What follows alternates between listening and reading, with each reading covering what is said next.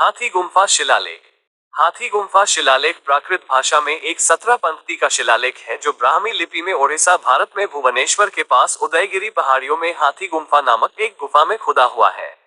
ये दूसरी शताब्दी ईसा पूर्व और पहली शताब्दी ईस्वी के बीच कलिंग साम्राज्य के जैन राजा खारवेल द्वारा अंकित कराया गया था। हाथी गुम्फा शिलालेख अन्य विषयों के अलावा प्राचीन भारत के पूर्वी क्षेत्र, जो अब ओडिशा का हिस्सा है और उसके निकट है, के एक राजा की जीवनी रेखाचित्र प्रस्तुत करता है। इसमें धार्मिक मूल्यों, सार्वजनिक बुनियादी ढांचा परियोजनाओं, सैन्य अभियानों और उनके उद्देश्यों, समाज और संस्कृति के बारे में जानकारी भी शामिल है।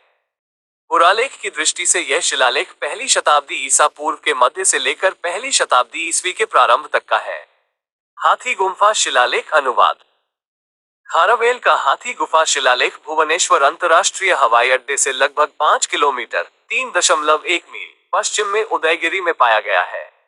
उदयगिरी पहाड़ियां रानी गुम्फा जैसी कई प्राचीन चट्टानों को काटकर बनाई गई गुफाओं की मेजबानी करती है। इनमें से रानी गुम्फा के पश्चिम में उदयगिरी पहाड़ियों के दक्षिणी चेहरे पर हाथी गुम्फा नामक एक गुफा है। शिलालेख का नाम इसी गुफा के नाम पर रखा गया है। यह आंशिक रूप से गुफा के सामने और आंशिक रूप से छत पर पाया जाता है। हालांकि यह शिलालेख दूसरी शताब्दी ईसा पूर्व और पहली शताब्दी ईस्वी के बीच का है, लेकिन ए स्टर्लिंग द्वारा इसे फिर से खोजे जाने और 1825 में एशियाई शोध 15 में प्रकाशित होने तक ये शिलालेख विद्वानों के लिए अज्ञात था। किट्टो द्वारा तैयार की गई एक नेत्र प्रति 1837 में जेम्स प्रिंसेप द्वारा प्रकाशित की गई थी। 1877 में अलेक्जेंडर कनिंघम द्वारा लिखित एक अंश आर एल मित्रा ने 1880 में अपनी एंटिक्विटीज ऑफ ओडिशा में एक संशोधित संस्करण प्रकाशित किया।